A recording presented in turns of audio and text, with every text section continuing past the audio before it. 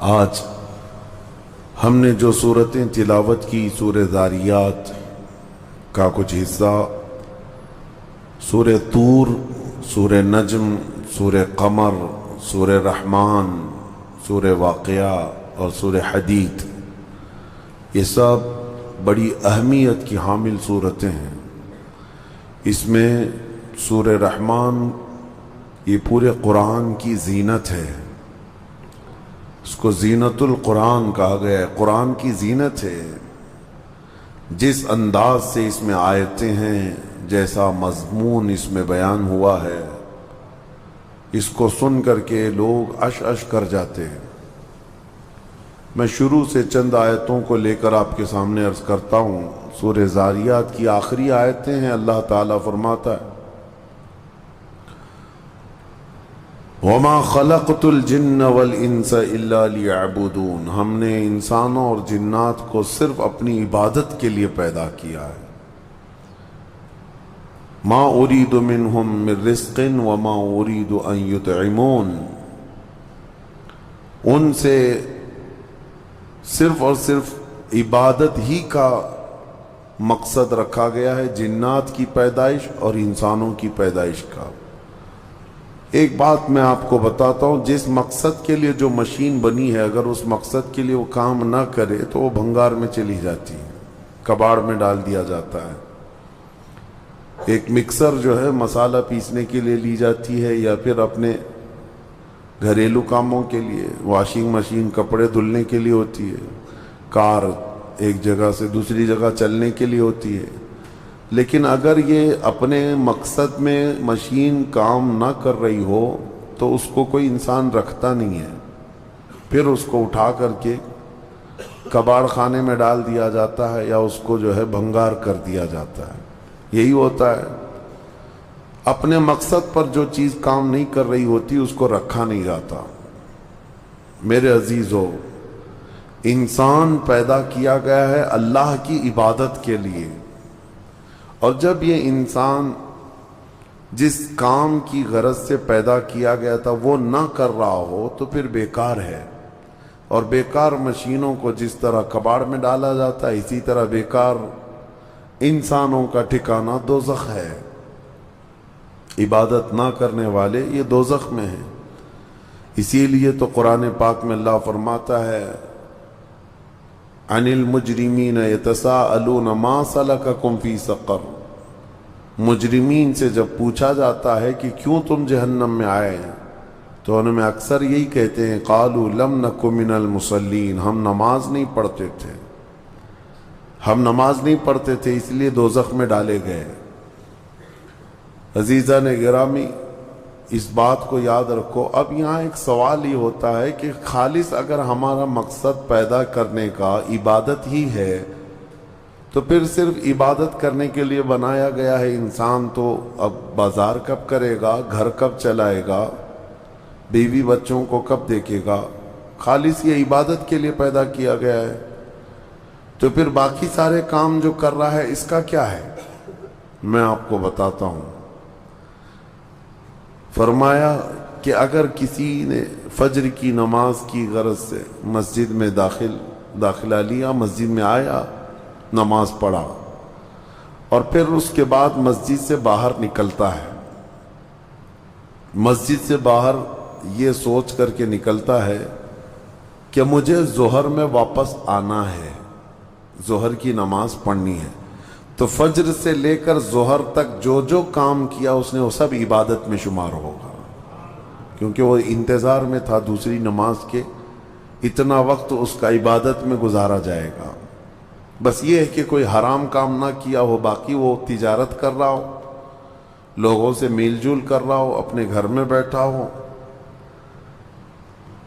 کوئی بھی کام کر رہا ہو، اس کو عبادت میں شامل کر لیا جائے گا۔ اسی طرح ظہر پڑھا، اور ظہر کے بعد باہر نکل کر کے یا نماز کے بعد اس نے یہ نیت کی کہ مجھے عصر پڑھنا ہے، عصر کا انتظار، تو انتظار میں جو بھی کام کرے گا وہ سب عبادت میں شمار ہے۔ اس طرح سے صرف تم انتظار میں اپنے 24 گھنٹے کو عبادت بنا سکتے ہو، اور یہی مقصد انسان کی زندگی کا ہے کہ انسان کو عبادت کے لیے بنایا گیا ہے تو کم از کم اپنی سوچوں سے تو عبادت کرو، اپنی نیت سے تو عبادت کرو۔ آپ یہاں بیٹھے ہیں، بلکہ اللہ کریم کا یہ اس کے دریائے رحمت کو کون جانے، آپ نے یہاں بیٹھ کر کے یہ نیت کی کہ مجھے اس سال حج پہ جانا ہے انشاءاللہ۔ اب اسباب ہیں نہیں ہیں یہ الگ بات ہے، آپ نے ابھی ارادہ کیا کہ مجھے حج پہ جانا ہے، تو یہ جو تمہارا عزم تھا، جو نیت کی تھی، حج کب جاؤ گے یہ بات کی بات ہے، لیکن نیکیاں ابھی سے شروع ہو جائیں گی۔ اس کو انتظار حج میں شمار کر کے یہ فرمایا جائے گا کہ حج کے انتظار میں عبادت میں ہے یہ۔ تو کیوں نہ ہم اس طرح کے بڑے کام جو رضائے الہی کے ہیں نیت کیوں نہ کر لیں۔ اللہ تبارک و تعالی جب طاقت دے گا حج کریں گے، جب طاقت دے گا رب تبارک و تعالی مدینے جائیں گے، جب طاقت دے گا رب تبارک و تعالی ہم 100 رکعت نماز پڑھیں گے، ختم قرآن کریں گے، جہاد فی سبیل اللہ کریں گے۔ یہ سب وہ نیتیں ہیں کہ اگرچہ آدمی ابھی نہیں کر رہا ہے لیکن ان کاموں کے انتظار میں ہے تو وہ عبادت میں شمار ہو گیا۔ بہرحال اللہ تعالی ہمیں فضول واہیات سے محفوظ فرمائے۔ سورہ طور اور اس کے بعد سورہ نجم کی ہم نے تلاوت کی۔ سورہ نجم میں معراج کا واقعہ ذکر ہے۔ اس میں نجم جو ہے، جو کہا گیا ہے، نجم سے مراد رسول پاک صلی اللہ علیہ وسلم کی ذات ہے۔ ستارہ، تارا، قسم یاد فرمائی اللہ تعالیٰ نے، اور تارے کی قسم جب وہ اتر رہا تھا تو یہاں مفسرین فرماتے ہیں اس تارے سے مراد نبی پاک کی ذات ہے، نبی اکرم صلی اللہ تعالیٰ علیہ وسلم۔ اس میں یہ آیت ہے ما زاغ البصر وما طغى لقد رأى من آیات ربه الكبرى، اور یہ بھی آیت اسی میں ہے فکان قاب قوسین او ادنی، جو کہا جاتا ہے نا قاب قوسین۔ قاب قوسین سے مطلب کیا ہے کہ نبی پاک صلی اللہ علیہ وسلم اللہ کریم کی بارگاہ میں معراج کی شب اتنے قریب ہو گئے تھے جتنا 2 کمانوں کا بھی فاصلہ نہیں رہ جاتا، 2 کمانوں کا فاصلہ نہ رہ جائے، اتنا قریب۔ اور پھر قرآن میں یہ فرمایا گیا کہ نبی پاک صلی اللہ علیہ وسلم اپنے رب کو ایسے دیکھتے رہے کہ آپ نے پلک بھی نہیں جھپکی، نہ آنکھ ادھر ادھر ہوئی نہ پلک جھپکی، بلکہ حضور پاک صلی اللہ علیہ وسلم اپنے رب ذوالجلال کا، اس کی ذات کا مشاہدہ پوری اپنے ماتھے کی آنکھوں سے کرتے رہے۔ اس کا تذکرہ ہے۔ اب اسی لیے فرمایا گیا کس نے دیکھا یہ موسیٰ سے پوچھے کوئی، آنکھ والوں کی ہمت پہ لاکھوں سلام۔ یہاں پر میں ایک نکتہ عرض کرنا چاہتا ہوں۔ سیدنا موسیٰ کلیم اللہ علیہ السلام اللہ کی بارگاہ میں یہ بار بار عرض کرتے تھے نا کہ اے اللہ تو مجھے اپنا دیدار کرا دے، اپنا دیدار کرا دے۔ رب تعالیٰ نے فرمایا تھا لن ترانی، تم مجھے نہیں دیکھ سکتے، لیکن بہت جب اصرار کیا سیدنا موسیٰ علیہ السلام نے تو اللہ نے فرمایا آؤ کوہ طور پہ۔ طور پہاڑی جو ہے یہ سینا ایک علاقہ ہے مصر میں، وہاں موجود ہے۔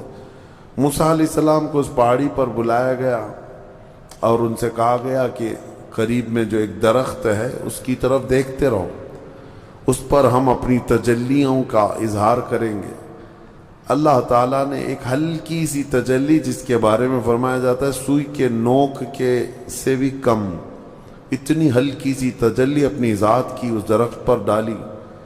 موسیٰ علیہ السلام ابھی پورا کھلی آنکھوں سے دیکھ بھی نہیں پائے تھے، پلک جھپکتے دیکھا تو غش کھا کر گر پڑے، بے ہوش ہو گئے، اور پہاڑ پورا جل گیا۔ وہ جلا ہوا پہاڑ آج بھی موجود ہے، آج بھی ہے۔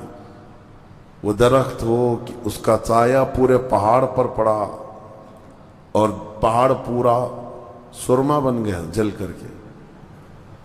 اب موسیٰ علیہ السلام کو جب افاقہ ہوا تو آپ کہتے ہیں اے اللہ تو بہت بلند و بالا ہے، تو بہت بلند و بالا ہے تیری ذات۔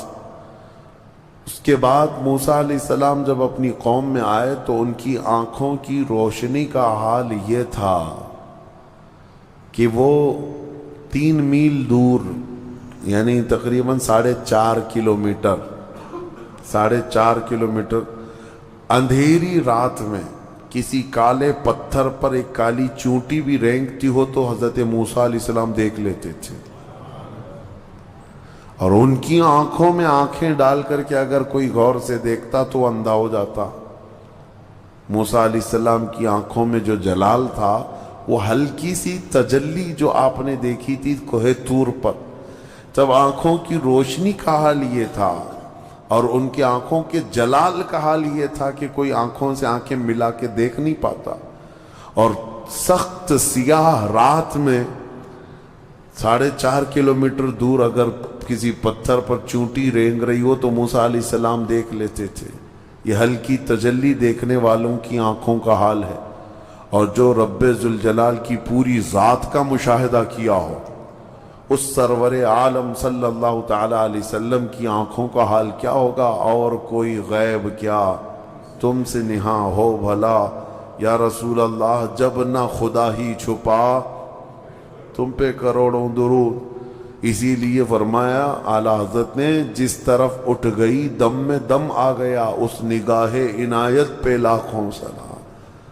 ہاں بس یہ ہے کہ نبی پاک صلی اللہ تعالی علیہ وسلم کو بلایا گیا تھا، اس لیے نہ غشی آئی نہ بے ہوشی آئی، نہ اللہ کریم کی بارگاہ میں۔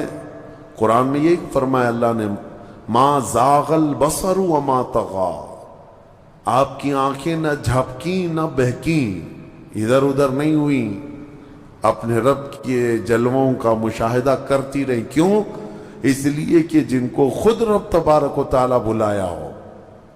یہاں سے اور ایک نقطہ میں بتاتا ہوں، کوئی خود سے اگر کوئی چیز حاصل کرنا چاہے تو بالکل ممکن نہیں، لیکن رب کسی کو دینا چاہے تو، یہی تو اہل سنت و جماعت کا عقیدہ ہے۔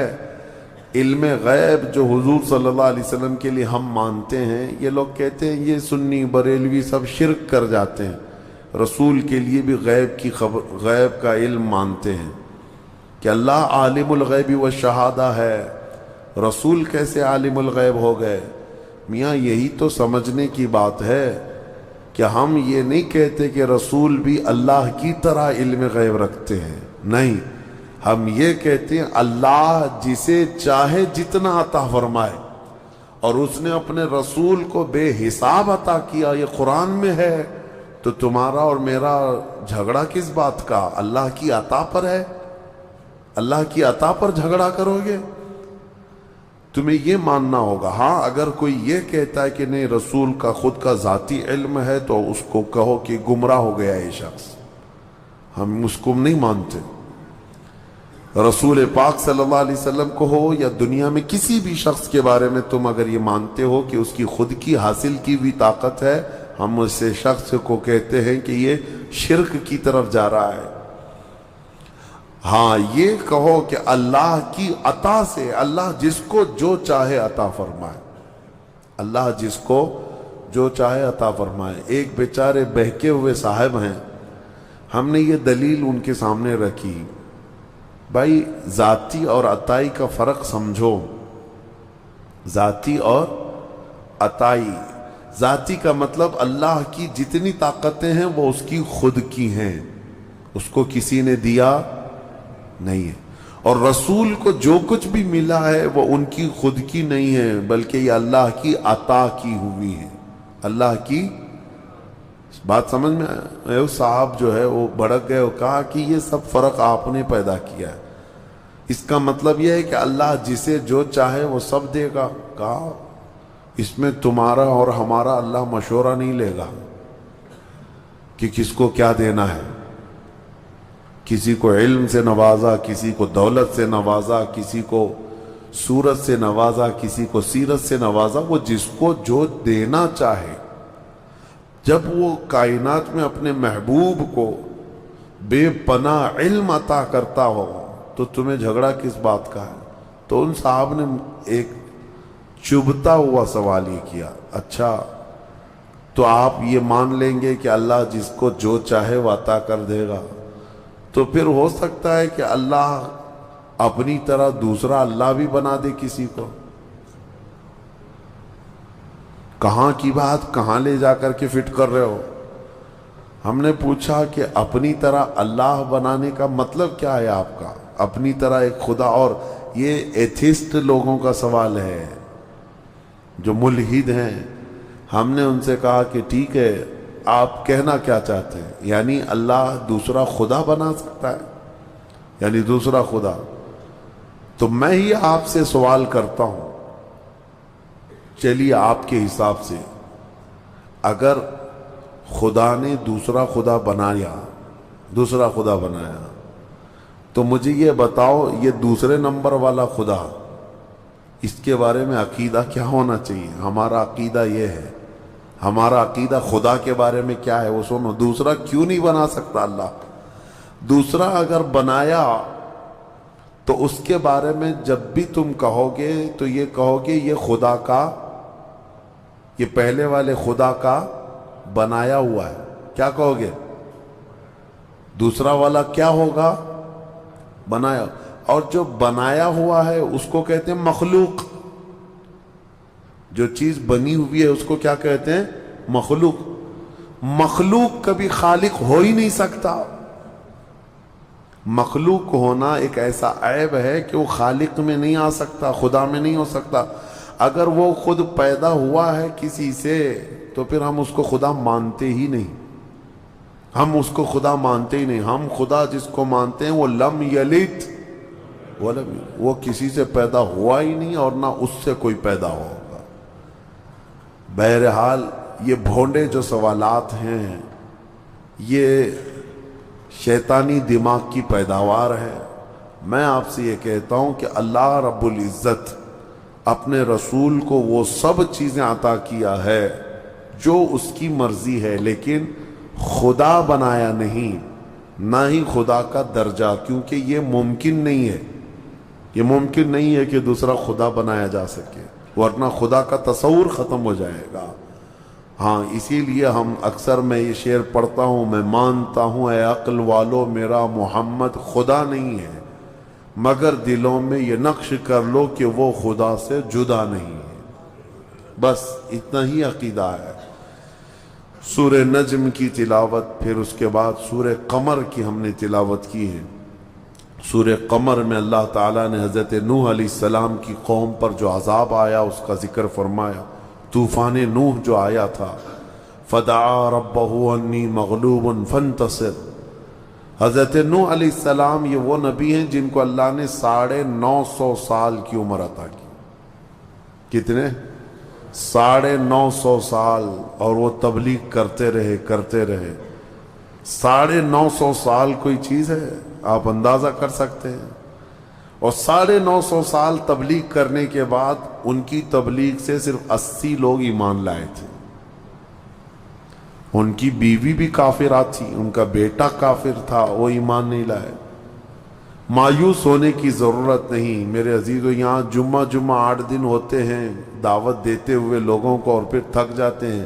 ہماری تو کوئی سنتا ہی نہیں ہے. وہ 950 سال تک تھکے نہیں اللہ کے نبی. دین کی دعوت ایسا نہیں ہے کہ تم سوچتے ہو ابھی میں دعوت دوں ابھی فوراً یہاں اثر ہو جانا چاہیے. انگریزی دوائیوں کی طرح سمجھتے ہو، ادھر گولی دیا ادھر بخار اترنے لگ جائے. ہاں دعوت، دین کی دعوت، ایمان کی دعوت، اس میں وقت لگتا ہے. نبیوں میں بھی اللہ کے رسول صلی اللہ تعالی علیہ وسلم کی دعوت جب شروع ہوئی تو کیا مکہ میں جب آپ نے اعلان فرمایا تھا سینکڑوں لوگ آ گئے تھے. پورے مجمع سے ایک 9 سال کا بچہ، وہ بھی حیدر کرار، ایمان لائے. عورتوں میں حضرت خدیجہ آئیں. دھیرے دھیرے دعوت بڑھتی گئی ہے. دین کی باتیں آپ دوسروں تک پہنچائیں، اچھائی کا حکم دیتے رہیں اور مایوس نہ ہوں کہ میری کوئی سنتا نہیں. وہ اللہ کی مرضی ہے، جب چاہے ان کے دلوں میں بات ڈال دے گا. تم اپنے کام جاری رکھو. 950 سال کے بعد حضرت نوح علیہ السلام نے عرض کیا کہ مولا میں مغلوب ہو گیا، تو مدد نازل فرما۔ تو اللہ تعالیٰ نے فرمایا ٹھیک ہے اے نوح، تم ایک کشتی بناؤ، کشتی بناؤ، ہم دنیا میں پانی بھیجنے والے ہیں۔ یہ اللہ کے نبی کو معلوم تھا۔ حضرت نوح علیہ السلام نے اپنی قوم کو ڈرایا بھی کہ اللہ کا عذاب آئے گا۔ وہ مذاق اڑاتے تھے حضرت نوح علیہ السلام کا، بہت مذاق کرتے تھے۔ کبھی کبھار تو ایسا تھا کہ حضرت نوح علیہ السلام کو مارتے تھے، پورا دن آپ بے ہوش ہو جاتے تھے، اور ان کے مارنے میں مدد ان کی بیوی کرتی تھی، کافروں کو حضرت نوح علیہ السلام کی خبر دیتی تھی، مدد کرتی تھی۔ بہرحال حضرت نوح علیہ السلام نے کشتی بنانا شروع کیا۔ وہ اتنی بڑی کشتی تھی لکڑی کی، جس کو عام طور پر ڈھکیل کے بھی لے جایا نہیں جا سکتا تھا، وہاں کوئی آس پاس سمندر اور ندی بھی نہیں۔ اس پر بھی لوگ مذاق اڑانے لگے کہ خشکی میں اتنی بڑی کشتی بنا رہے ہو، اس کو اٹھا کر سمندر تک لے جاؤ گے کیسے؟ انہوں نے کہا اس وقت بھی کہ آ جاؤ میری کشتی میں، اگر اللہ کا عذاب آیا تو تم سب ہلاک ہو جاؤ گے۔ وہ سب مذاق اڑاتے تھے، کون سا عذاب، کیسا عذاب؟ تو پھر اللہ فرماتا ہے فَفَتَحْنَا أَبْوَابَ السَّمَاءِ بِمَاءٍ مُنْهَمِرٍ، ہم نے آسمان کے سارے دروازے کھول دیے پانی سے۔ وَفَجَّرْنَا الْأَرْضَ عُيُونًا، اور پھر ہم نے زمین کو پھاڑ دیا کہ زمین پانی اگلنے لگ گئی۔ فَالْتَقَى الْمَاءُ عَلَى أَمْرٍ قَدْ قُدِرَ، پانی بڑھتا گیا اتنا کہ آسمان سے بھی برستا تھا، زمین سے بھی نکلتا تھا۔ میرے عزیزو، آپ نے تو ممبئی میں باڑھ دیکھی ہے، سیلاب دیکھی ہے، یہاں پانی جب بھر جاتا ہے تو موت گلے تک آ جاتی ہے، خوف طاری ہوتا ہے۔ یہ تو ہلکا پلکا پانی، 1 مالا ڈوبا ہوگا، کسی کا 2 مالا، لیکن وہ نوح علیہ السلام کے زمانے میں جو طوفان آیا، زمین کا کوئی پہاڑ بھی باقی نہیں تھا، اس کے اوپر پانی جا چکا تھا، زمین پر کوئی پہاڑ بھی باقی نہیں تھا۔ جو کفار آپ کی کشتی میں نہیں آئے وہ سب غرق ہوئے، یہاں تک کہ ان کا بیٹا جو کشتی میں نہیں آیا، آپ نے فرمایا تھا یا بنی ارکب معنا ولا تکن مع الکافرین، اے میرے بیٹے آ جا، ہمارے ساتھ سوار ہو جا، کافروں کے ساتھ مت جا۔ اس نے کہا تھا قال سآوی الی جبل یعصمنی من الماء، میں ایک پہاڑ کے اوپر جاؤں گا، مجھے پانی سے میں بچ جاؤں گا۔ اللہ نے فرمایا لا عاصم اليوم، آج کے دن کوئی بچانے والا نہیں ہے تمہیں، سب ختم ہو گئے۔ حضرت نوح علیہ الصلوۃ والتسلیم کی کشتی میں جتنے لوگ سوار تھے، یہ کشتی تقریباً 40 دن تک روئے زمین پر، پانی پر تیرتی رہی۔ پھر جب طوفان ختم ہوا تو کنارے پر جا کر کے یہ لگی، اس میں کئی دن گزر گئے، تو اللہ کی حمد بیان کی آپ نے، اور اللہ کریم کی اس نجات پر شکر بھی ادا کیا اللہ کا۔ وہ 10 محرم کا دن تھا۔ تو نوح علیہ السلام کی قوم پر آیا ہوا عذاب کا ذکر سورہ قمر میں اللہ تعالیٰ نے فرمایا ہے، اور اس سورہ قمر میں ایک آیت مکرر 4 مرتبہ اللہ تعالیٰ نے ارشاد فرمایا وَلَقَدْ يَسَّرْنَا الْقُرْآنَ لِلذِّكْرِ فَهَلْ مِن مُدَّكِرٍ، ہم نے قرآن یاد کرنے کے لیے آسان بنایا، ہے کوئی یاد کرنے والا؟ جواب دینا آپ لوگ اللہ کی بارگاہ میں۔ اللہ فرما رہے ہیں ہم نے یاد کرنے کے لیے قرآن آسان کیا ہے کوئی یاد کرنے والا؟ شاید اکثر مسلمان یہی کہیں گے ہم یاد کرنے والے نہیں ہیں، یاد کرنا تو دور کی بات ہے، پڑھنے والے نہیں ہیں، صفحہ 2 صفحہ پڑھ کر کے بھاگنے کا جی چاہتا ہے۔ ہم دیکھتے ہیں قرآن ہاتھ میں لیتے ہی کتنے لوگوں کا دل بے قابو ہونے لگتا ہے، اکتاہٹ آنے لگتی ہے، نعوذ باللہ من ذالک۔ یہ وہ دل ہیں جو کالے ہو چکے ہیں، یہ وہ دل ہیں جو بیمار ہو چکے ہیں گناہوں کی وجہ سے، ان کے ہاتھوں میں قرآن زیادہ دیر تک نہیں آ سکتا۔ اللہ کریم فرما رہا ہے کہ ہم نے قرآن یاد کرنے کے لیے آسان بنایا۔ میں سب کے لیے نہیں کہتا الا ماشاءاللہ، ابھی تو سال بھر کی بات تو چھوڑو، رمضان آیا ہے، ذرا گریبان میں جھانک کر کے دیکھنا کتنے پارے آج تک تلاوت کر چکے تراویح کو چھوڑ کر کے۔ قرآن کتنے لوگ اٹھائے، کتنے لوگوں نے پڑھا، کتنی تلاوت ہوئی، اللہ کی بارگاہ میں سب جواب دینا ہوگا آپ کو۔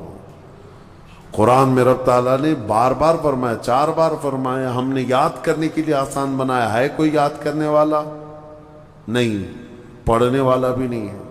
گھروں میں جو قرآن رکھے ہوئے ہیں مصحف، اس پر تو دھول جمع ہو رہی ہے، لوگ اس کو بھولے سے بھی ہاتھ نہیں لگاتے۔ عزیزان گرامی، حدیث پاک میں ہے، میرے آقا فرماتے ہیں کل قیامت کے دن جس کے خلاف قرآن اور رمضان کھڑے ہو جائیں گے، اس کو دوزخ میں جانے سے کوئی نہیں بچا سکے گا۔ جھگڑا کریں گے یہ قرآن اور رمضان، جس کے خلاف کھڑے ہو گئے کہ مولا اس کو دوزخ میں بھیجنا ہے، اللہ ان کی سفارش پر ان کو دوزخ بھیجے گا، اور ان سے دوزخ سے بچانے والا پھر کوئی نہیں ہوگا۔ قرآن اور رمضان یہ کمبینیشن ہے، اس کو آپ رمضان میں کثرت سے پڑھو، تلاوت کرو، اور جسے نہیں آتا وہ سیکھنے کی تو کوشش کرو۔ میرے اپنے اندازے کے مطابق عام دماغ رکھنے والا، بہت اعلیٰ دماغ نہیں، عام دماغ رکھنے والا بندہ بھی 40 دن میں قرآن سیکھ سکتا ہے، بہت آسانی۔ پر ڈے اگر ایک حرف بھی سیکھا تو الف سے لے کر یا تک 29 حرف ہیں، 29 حرف ہیں، اور زبر زیر پیش، 2 زبر 2 زیر 2 پیش، مد جزم تشدید، یہ کل ملا کر کے جو حرکتیں ہیں یہ 11 ہیں۔ ایک دن ایک حرف سیکھے اور ایک دن ایک حرکت سیکھے تو 11 اور 29 40 دن ہو جاتے ہیں۔ 40 دن میں یہ تو پورا قرآن سیکھ جانا چاہیے اس کو، بڑا آسان ہے۔ میں یہ نہیں کہہ رہا کہ آج ہی بیٹھ کر کے 2 صفحے پڑھو، آج خالی الف پڑھ کر کے چلے جاؤ، دوسرے دن صرف با پڑھ کر کے چلے جاؤ، تیسرے دن صرف تا پڑھ کے چلے جاؤ، چوتھے دن صرف سا پڑھ کے چلے جاؤ۔ ایک حرف بھی ایک دن سیکھ لیا تم نے تو 40 دن میں تمہیں آ جانا چاہیے۔ برسوں ہو گئے، جوانیاں ختم ہو گئی، بڑھاپا آ گیا، لیکن قرآن نہیں آتا۔ اس کی وجہ ہے کہ تم نے کوشش ہی نہیں کیا۔ درس قرآن اگر ہم نے نہ بھلایا ہوتا، یہ زمانے نے زمانہ نہ دکھایا ہوتا، وہ زمانے میں معزز تھے مسلمان ہو کر، آج ہم خار ہوئے ہیں تاریک قرآن ہو کر، قرآن کو چھوڑ کر کے۔ بہرحال سورہ قمر کے بعد اللہ کریم نے جو سورہ ہمیں قرآن پاک میں عطا فرمائے وہ سورہ رحمان ہے۔ سورہ رحمان، اس میں جھنجھوڑنے والی آیتیں ہیں۔ اللہ تعالیٰ نے بار بار جنات اور انسانوں سے یہ سوال فرمایا، فَبِأَيِّ آلَاءِ رَبِّكُمَا تُكَذِّبَانِ، بتاؤ اے جنات و انسانوں، تم میری کون کون سی نعمتوں کو جھٹلاؤ گے۔ نبی پاک صلی اللہ علیہ وسلم جب یہ سورہ تلاوت کر رہے تھے تو صحابہ خاموشی سے سنتے رہے۔ پھر جب سورہ پوری مکمل تلاوت ہوئی تو نبی اکرم صلی اللہ علیہ وسلم فرماتے ہیں، میں نے یہ جنات کے سامنے تلاوت کی، وہ تم سے بہتر جواب دے رہے تھے، جنات تم سے بہتر جواب دے رہے تھے۔ وہ روتے جا رہے تھے، سجدوں میں گر جاتے اور یوں کہتے تھے، اے اللہ ہم تیری کسی بھی نعمت کو نہیں جھٹلاتے، فلک الحمد یا اللہ، تمام تعریفیں تیرے لیے ہیں اے رب کائنات۔ سورہ رحمان پڑھنے کے بعد رونگٹے کھڑے ہو جانا چاہیے۔ تمہیں کون کون سی نعمتوں سے اللہ نے نہیں نوازا، کون سی نعمتیں نہیں ہیں۔ ایک سانس لیتے ہو نعمت ہے، ایک سانس چھوڑتے ہو یہ اللہ کی نعمت ہے۔ اگر سانس نہ لے سکو تو موت ہے، اور سانس لے لیا لیکن واپس نہیں نکلتی ہے تو بھی موت ہے۔ تمہارے لیے ایک آدھا گلاس پانی یہ اللہ کی نعمت ہے۔ پانی مل جانا نعمت ہے، اور پانی مل گیا۔ پیاس لگنا بھی نعمت ہے، اگر پیاس نہ لگے تو پانی بھی نہ پی سکو۔ پیاس لگنے کے بعد پانی بھی ہے، لیکن پی جانے کے بعد پیٹ بھرا ہوا لگنا یہ بھی نعمت ہے۔ سیراب ہو جانا یہ نعمت ہے، ورنہ کچھ بیماریاں ایسی ہیں کہ تم پورے مٹکے کے مٹکے ڈالتے رہو پیٹ نہیں بھر سکتا۔ بھوک لگنا نعمت ہے، کھانا ملنا نعمت ہے، اور کھانے کے بعد پیٹ شکم سیر ہو جانا یہ بھی نعمت ہے۔ پیٹ بھرا ہوا محسوس ہونا یہ بھی نعمت ہے، ورنہ ہیضے کی بیماری ایسی ہے کہ ایک آدمی 10 مرغیاں بھی کھا لے زبان سے اس کی بھوک ختم نہیں ہوتی. بیماری ہے یہ دنیا میں. اللہ نے سب نعمتوں سے تمہیں نوازا ہے. بھوک بھی لگتی ہے, کھانا بھی ملتا ہے, اور پیٹ بھی بھرا ہوا ہوتا ہے. اور پیٹ بھر جانے کے بعد غلاظت کا نکل کر کے جانا یہ بھی نعمت ہے. فضلہ نکل کر کے چلا جائے یہ بھی نعمت ہے. اگر نہیں نکلتا پیشاب پاخانہ جسم میں زہر بن جاتا ہے. 3 دن سے زیادہ تم اپنے پیٹ میں یہ چیزیں روک نہیں سکو گے.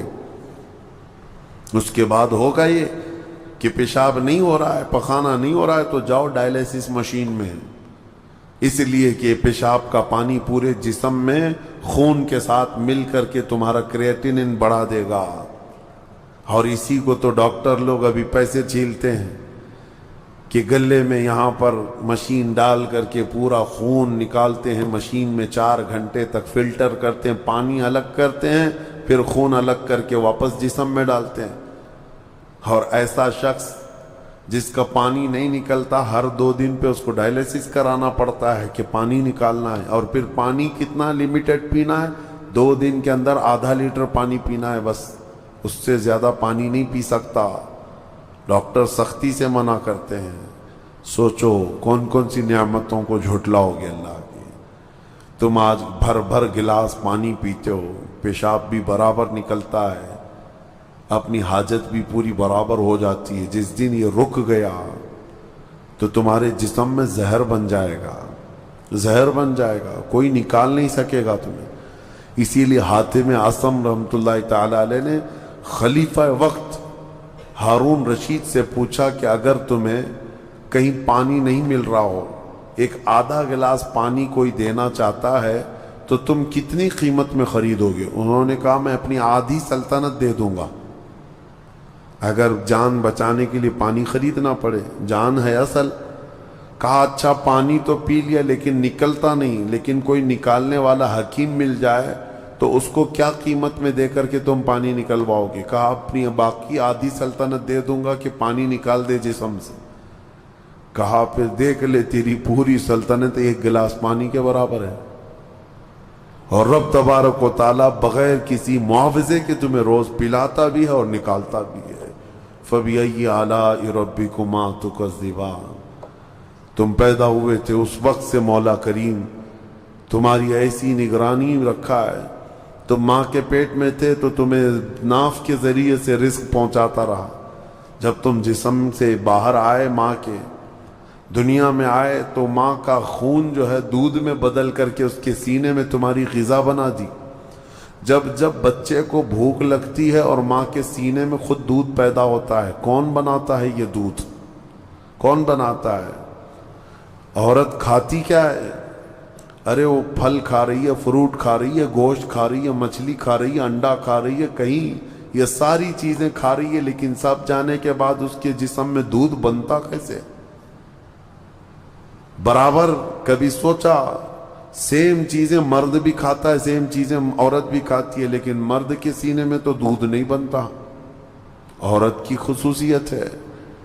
عورت کے سینے میں دودھ اس لیے بنایا جاتا ہے کہ اللہ نے بچے کی پرورش کا نظام رکھا ہے. تمہارا رزق اس کے سینے میں رکھا ہے اللہ نے.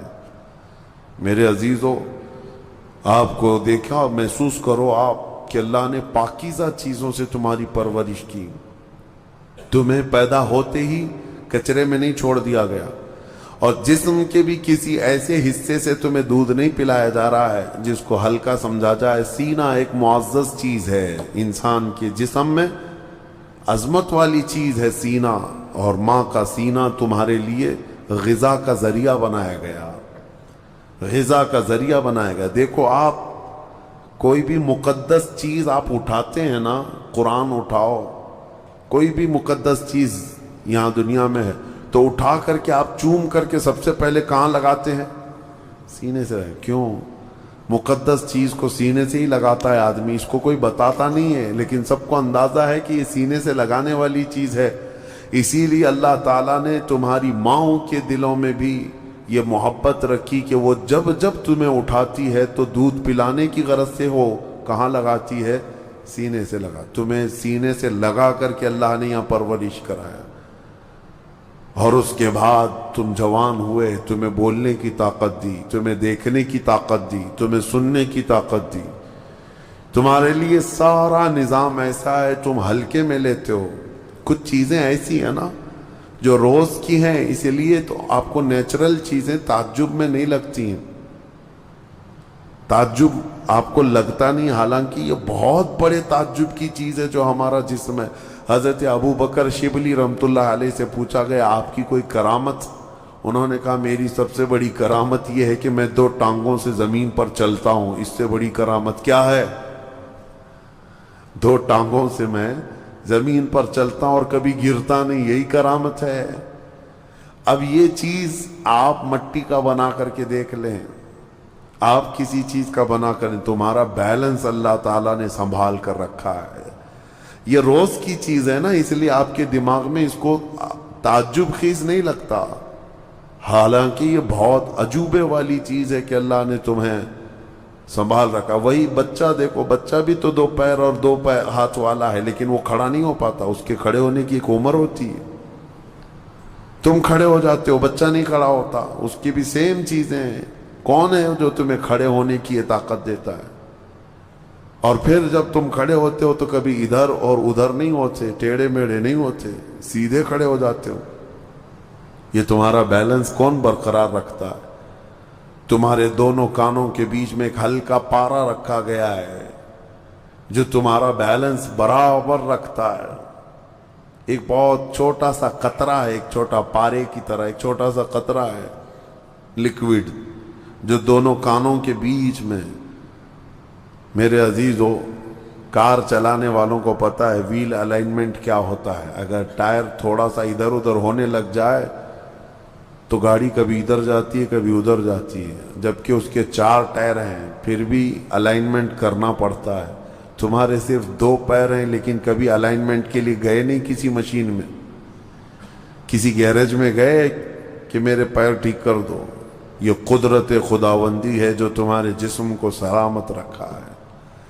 میرے عزیزوں، میں گناؤں تو نعمتیں بے شمار ہیں، بات مختصر سی یہی ہے کہ نعمتیں بہت ساری ہیں۔ شیخ سعدی کی وہ بات مجھے یاد آتی ہے، آپ نے فرمایا اس رب ذوالجلال نے ماں باپ دیا، یہ نعمت اولاد دیا، یہ نعمت بھائی بہن دیا، یہ نعمت مال دیا، یہ نعمت جسم صحیح سلامت دیا، یہ نعمت دنیا دیا، یہ نعمت بہت کچھ ہے، نعمت نعمت نعمت۔ لیکن شیخ سعدی فرماتے ہیں اگر بندہ شمار کرنے پر بیٹھ جائے اور شکر کرنے پر بیٹھ جائے تو میں اس کو مشورہ دیتا ہوں کہ ایک سانس لیا نعمت ہے، سانس چھوڑا نعمت ہے، پہلے وہ اپنی سانسوں کا شکر ادا کرے، بعد میں باقی چیزوں کی نعمت کا شکر۔ تو اگر بندہ شکر کرنے پر بیٹھ بھی جائے تو صرف سانسوں کی شکر میں اس کی زندگی ختم ہو جائے گی۔ سانس لیا الحمدللہ کہے، سانس چھوڑا الحمدللہ کہے، باقی نعمتوں کا شکر کب ادا کرے گا؟ اسی لیے رب تعالیٰ فرماتا ہے فَبِأَيِّ آلَاءِ رَبِّكُمَا تُكَذِّبَانِ۔ خلاصہ کلام یہ ہے کہ تم سب کے جواب میں یہ کہو کہ مولا نہ میں تیری کل نعمتوں کو شمار کر سکتا ہوں، نہ میں تیری کل نعمتوں کا شکر کر سکتا ہوں۔ حاصل کلام یہ ہے رب ذوالجلال ساری بڑائی، ساری پاکی اور ساری حمد صرف تیری ذات کو زیبا ہے۔ لک الحمد یا اللہ، لک الشکر یا اللہ، الحمدللہ رب العالمین۔